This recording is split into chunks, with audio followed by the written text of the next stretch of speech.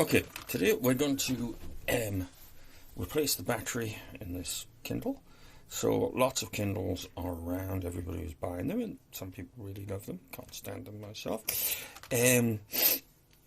So what we're going to do, it's losing charge, very hard to charge. So lots of these are available. Can put some links in the description, but quick search on Amazon will get you one of these in green cells. Not too bad, it's a decent brand. So we are going to replace them, so let's get started. Now with these fire, you need to get into the camera's making it difficult. You need to basically get into this. Now this is sticky. Now some people say you should. I'm gonna have to use the old nails. Good job I play guitar. Now I've already started peeling this off, but this is sticky. A hot air gun or a hairdryer, very lightly put, but I'm having no problems taking this off. Be very careful not to get any dirt on the sticky bit. There we go. Just be careful as you peel this off. No. There we go.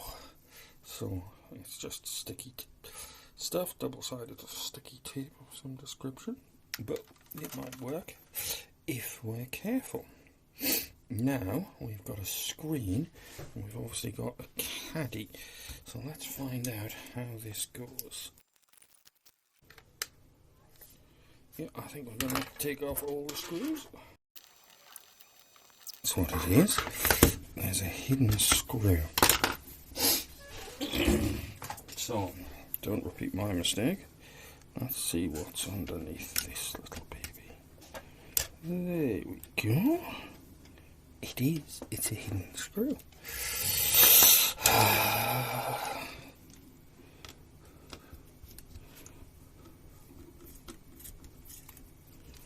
So, while we're repairing, let's have a little chat about repairing. So, what are the economics of repairing? So, something that always interests me is the differential in cost between buying new and repairing. So, one of the things I've learned while studying economics is the marginal, that means the difference between the cost of doing a job where you have to give somebody some money for doing that job, and the cost of when, you know, machines and big businesses or people in other countries have to do it. It's not just the labour differential, but the tax differential. So when we have benefits of repairing it, is that we don't have to, we still have to pay VAT, but VAT's complicated. But most repair people aren't VAT registered. But there's various VATs we have to pay, which are not, but it kind of works out that it's worse for people who repair things. So when you get new, you do have to charge VAT. There we go. That's why we had this hidden. So we can try that now. And hopefully we won't. But the real issue is wages on people's labour, and how that stops us repairing things. There we go, and revealed.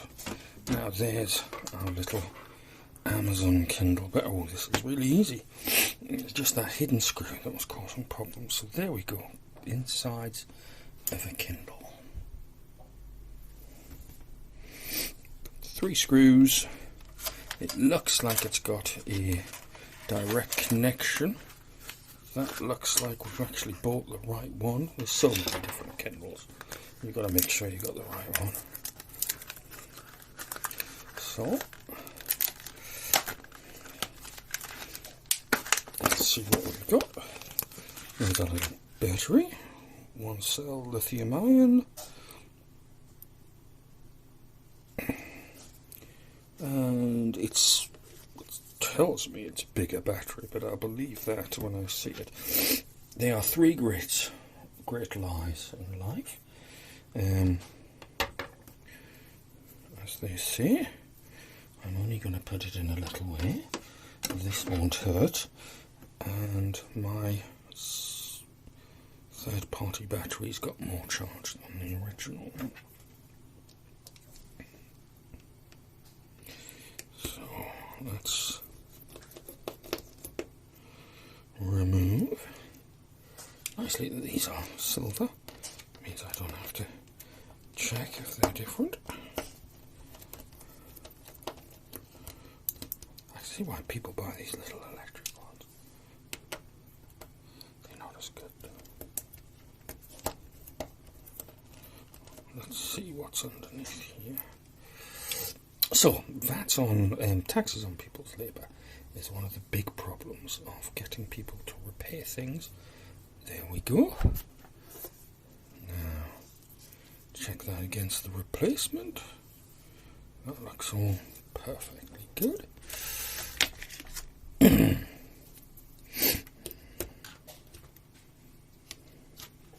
Ooh, there's a little...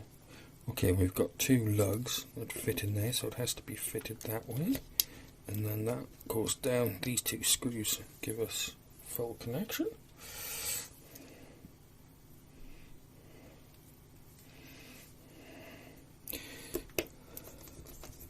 God, it's a lot easier than doing a full one, isn't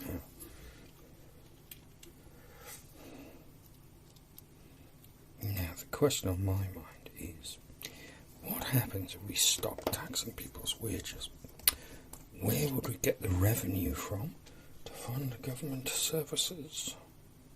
Well, that's the interesting question.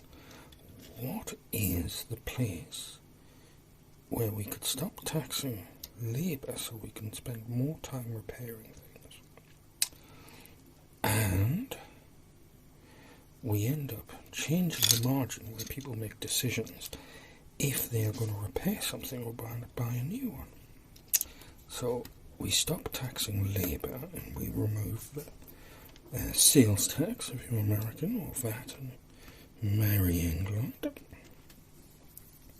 Where does government revenue come from? Of course, what you want to take revenue from is some form of monopoly, because when you tax a monopoly it doesn't change any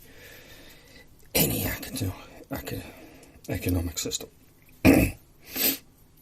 So really what we want to do is tax some monopoly. Now the biggest monopoly is land. The land values, the monopoly value of land, the so-called land value tax. So we should remove VAT, national insurance, income tax, and we should tax land values. We also, it's the next best thing to tax is bad things. People doing bad things to other people, or people destroying the environment. So we should have carbon taxes and other taxes where people are causing pollution.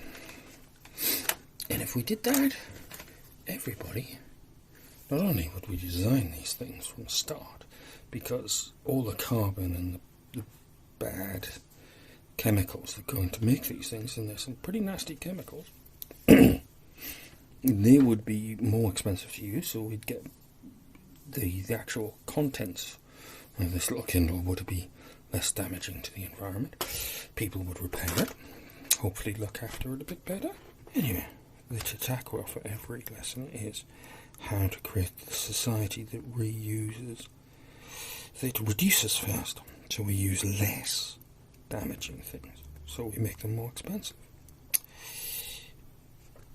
And we reuse things and repair things before we buy a new one. And then, only then, we recycle things, because recycling's got many problems. And then we buy new if we have to. That's the world. So the right to repair, it's all these different rights to repair that people go on about, they're all great. But we need to create the economic incentives that make us all, there we go, we all want to repair things and get the best out of what we've got for the time, the labour, and of course once labour is not taxed and exchange is not taxed, and if that labour and exchange is not hurting the environment, you have a perfect system. So, the world we want to live in, if we want to repair equipment, is one where the costs of things that harm the world and the monopolies people create to try and extract value out of others unfairly is where our taxes come from. That's very efficient. And if we do that, we have this lovely green world where everybody goes around fixing things, making use of what we have, and not destroying our planet as we careen towards environmental destruction, ecological catastrophe, and climate change. But why don't we have this? Well, too many people are making money from nature's destruction, especially those greenwash people who say they're, the biofuel industry, who say they're protecting, making energy from chopping down trees and saying that's great. They're really bad. They're sophists. They're really bad people. Even wind turbines and solar, there are many problems with their manufacture. What's the total carbon? Now, many greenies will get really upset if I say things like that. Really upset. They think having some wind turbines and some solar will solve all of our problems, or carbon capture. And of course, what's really going to solve our problems is using less stuff, reduce demand. And that means, firstly, we have to reduce demand by making it more expensive. And we have to make sure poverty doesn't come, because poor people are excluded from the wealth of the planet, as it gives us the resources to build things. And the simple way to do that is, of course, to use it as a tax base, which will affect rich people far more than poor people, because that's where they derive their wealth from, not because they spend that much money on it. But then to use that tax we have, which can be far more than the current tax take of monopoly and externality, and to fund our vital public services, and even have a little surplus to distribute as a universal basic income for everybody on the planet. Doing that, and when you start calculating how much cash is contained in monopoly, some people like to call it, some economists call it economic rent, it's staggering. Economic rent, land rent, rents of involved with intellectual property rights, are probably worth about 2 to 3 times our current tax take. Then you've got externalities, which is about our current tax take. So essentially you could have 4 times our current tax take in taxes. So you use them, hopefully not for bombing people, but you use that money to give you great education and health services. And then the rest of it, probably you give as a universal citizen's dividend, which would probably work out at something like £1,000 a month for every man, woman and child in the UK. And people could then choose to work and not have poverty force them to go and do the bidding of others. So I end my little Kindle to tackle, check that we've got everything in place. I may have to glue that a bit better, but I think that's going to, with a little bit of love, and enjoy your Kindle.